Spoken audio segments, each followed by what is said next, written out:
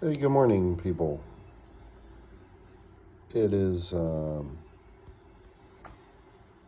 beautiful day from the Lord, and the Lord is very patient with all of humankind as we evolve in our growth, in our consciousness, in our becoming more perfected in the way we understand things. And there's kind of a scheduled learning. It's actually the schedule is the slowest.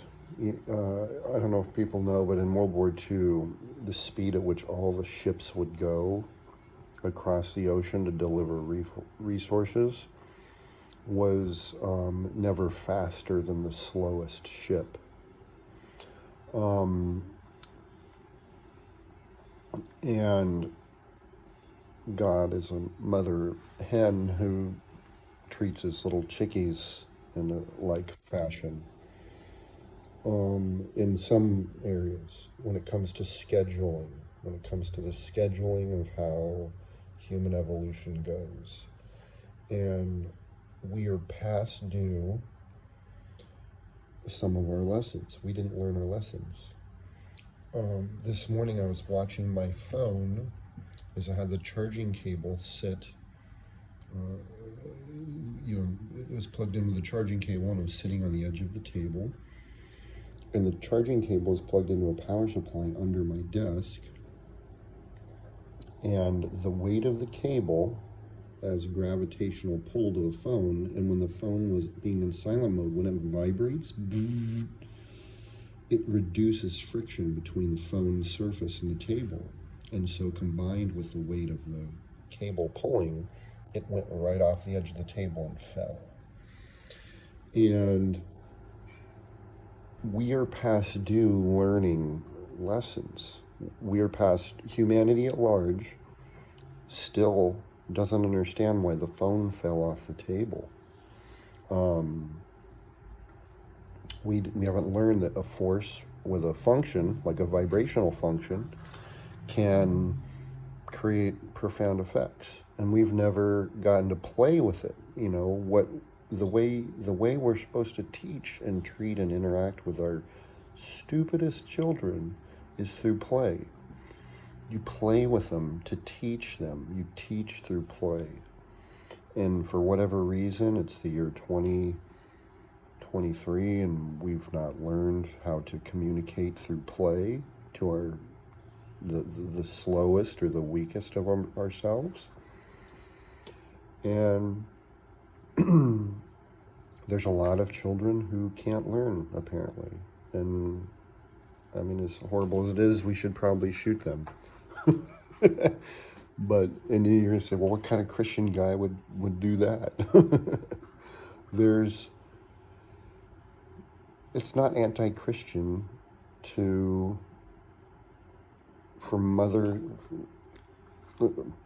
we've never looked, humanity has never looked at how nature treats its runts.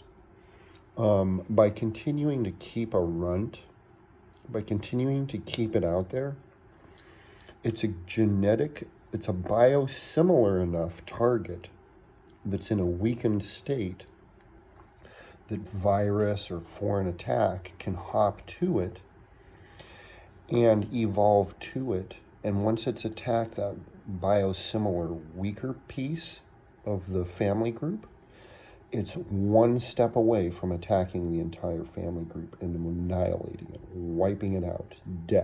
Complete death, complete annihilation. So once you understand that, you have to ask yourself, how would a loving mother, a loving hen, treat the runts? That's why they kill the runts. That's why that's why nature does what it does.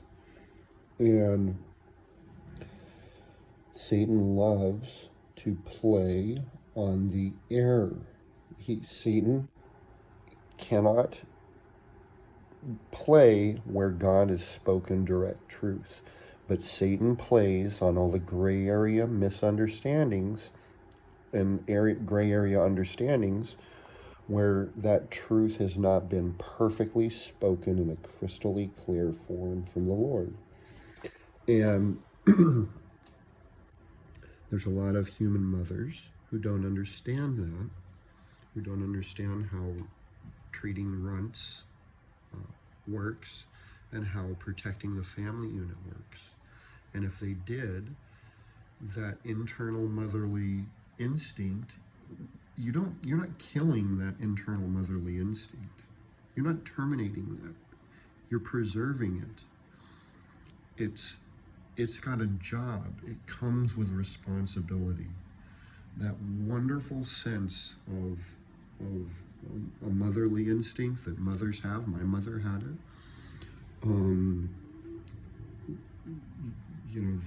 The bonding that happens with the children, with the babies, the release of the hormones that happens and creates that bond, all of those things are still there. But humanity has not been purging itself of its runts.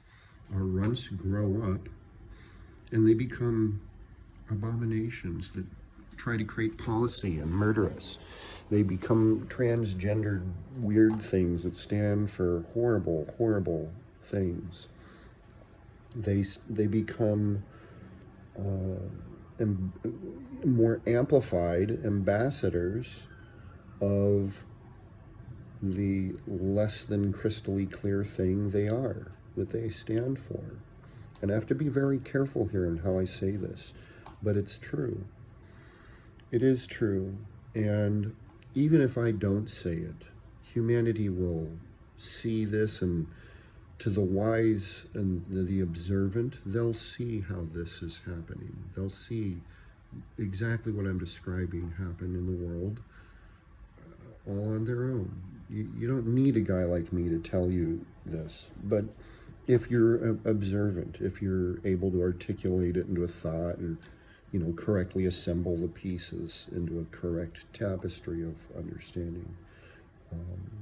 But for those people who don't do that or need just a little help, or maybe there's some of you that don't, you can identify pieces of truth, but you don't see how it sews together into a complete tapestry of inerrancy. That's maybe where the role of a guy like me comes in.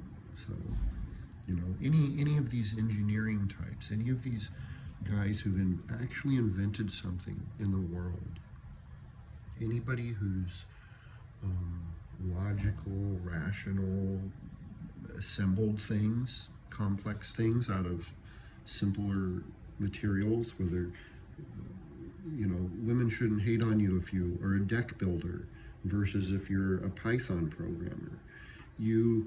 If you understand how to correctly assemble things and how to do deductive processes to troubleshoot and to correctly locate the broken part through only changing one variable at a time before you retest, not changing multiple variables before you retest. Now you can change multiple variables when you're doing high-speed search at the super genus level as you work your way into the core. But as you approach the core and you're looking for precision, you're only changing one thing at a time. Point is anybody who's done these things is going to be able to approach the Bible and the text that the Lord has given us in a proper way. And I'm not suggesting that there's texts that say that we're supposed to kill our runts, but maybe there is. I don't know. I can tell you this. Human animal, which Christianity always tries to get you to see that you're something more than just a human animal. But guess what? You are a human animal. You are a human animal. There's a hardware platform level to the consciousness running in your brain. And that human animal comes with duties and responsibilities. You need to work out your body.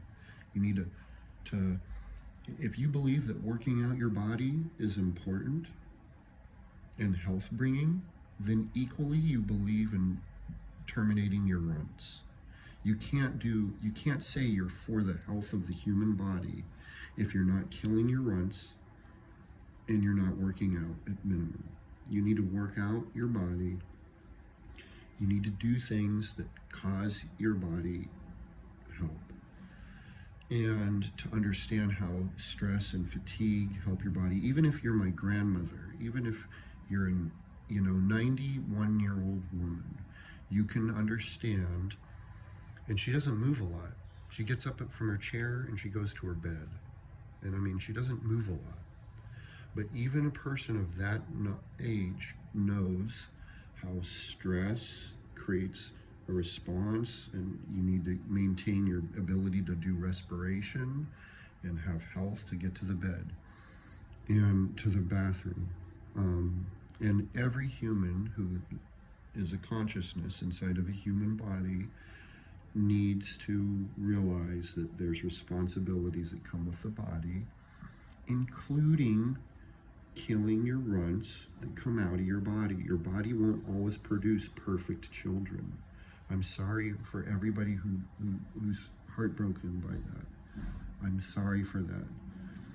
But but it is not animosity. It is not Nazi. It is not satanic. It is not the doctrine of demons. It is not a gateway drug. It is nothing evil. It's not pharmakia or witchcraft. Or there's all these arguments, on why, you shouldn't do this. And they're wrong. They're wrong. The truth is that, we have the ability to have a certain amount of air in what we eat. Our body can handle small amounts of dirt or small amounts of toxins, of rotten food, of moldy bread, without us terminating. And equally and oppositely, we can output errant things. If you don't believe that human body is capable of outputting errancy, go to a hospital where they study sperm and look under a microscope for yourself and realize that some sperms don't have good mobility. Some sperms, and it's true with eggs as well. You've got to spend your own calories to learn about the world you live in. It's your personal responsibility to learn about the world you live in and to learn the correct, sober-minded things and to establish your own personal doctrine on these things.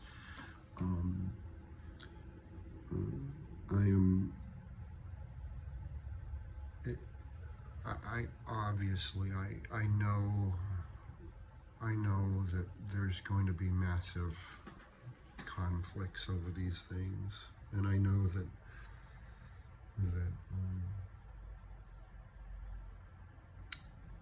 there's going to be a lot of turmoil. People are going to say these are principalities and powers in high placing, waging war against each other and stuff like that.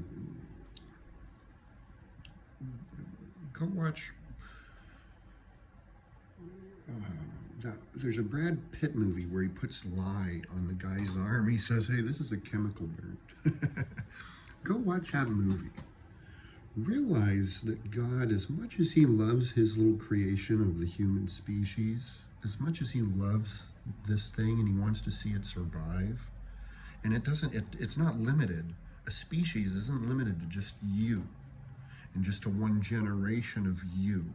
And that's another error that Bible readers do, is they think it's overly personalized to just them.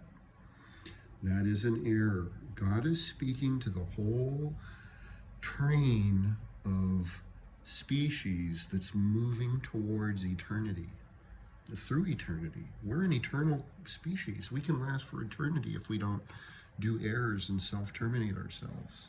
But no one generation, no one epoch of the species is going to live for eternity. The Bible says death does come for every man. It's appointed for every man to die. And so it's we have to be we have to be students and scholars and understand what is a species, this train of a species that goes on for eternity. What does that look like? How does it flow? How does it move? What is that thing doing over multiple generations? And purging itself and keeping its gene pool clean is its own responsibility, just like taking out the trash in your house. If you don't like living in a stinky house, and so you take out the trash or you put it into the composter with, the correct microbes to get rid of the odor, or the right mechanized systems that address that. We need to do that with our offspring. And holy shit, am I asking for a fight? But it's a simple fucking house cleaning thing. And it is a true and godly message. It's for the house of the Lord. It's first. It happens in our churches first. The church needs correction first. You know what, church? The prophesied apocalypse in the Bible is not the guaranteed thing that God wants to have happen. He doesn't want it to happen. If we leave everything alone, it's going to happen as God foresaw it. Start seeing it like this. God didn't destine it. He didn't destine it. He is such a badass thinker, psychic. Think of it like that. God is a psychic who can foresee how a long and complex system of systems is going to go if left to itself. He knows the forces and the presence and the features and the things that are here operating on it so well that he can predict its long-term output and all of the subsequent events and subderivative events that come from that, including nature itself, including volcanoes erupting. Why are the volcanoes erupting? We're not draining them of the pressure like we're supposed to be. How are we supposed to get our energy? Or is there perpetual energy in the universe? No. Are we supposed to be draining nature of its energy in a God-honoring way, not a parasitic or vampiristic way? Yes. Are we supposed to be destroying precious atoms through nuclear death? No. Can we? Of course. But it's actually a very destructive way. We're destroying the atoms and all of their beautiful, wonderful glory that they have to get us. Someday in the future, when we have the correct microscopes to look at atoms and their effects on long-term effects on people, I'm not just talking irradiation. I'm talking about all like quantum level effects of them. Gentle. I'm talking tea, not fucking cold brewed coffee here, okay? I'm talking about deeper wisdom of these things. We're going to realize that there is precious resource. It's not just helium that we could run out of. There's a lot of things that we shouldn't be doing. It's the wrong way to use them to get these things to explode to make power. There's so much we're supposed to do, and I can spend the rest of the days of my life sharing these things with humans, and I am a correct kind of guide for this, and there's nothing wrong with it's not self-arrogance to properly self-identify the thing that the Lord has made me and the responsibilities he gives me. There's nothing self-arrogant about that. I'm not electing myself to some higher level than I ought to be. It's just the level that I'm at. And I would love to be able to help people more and more. And I am a loving guy.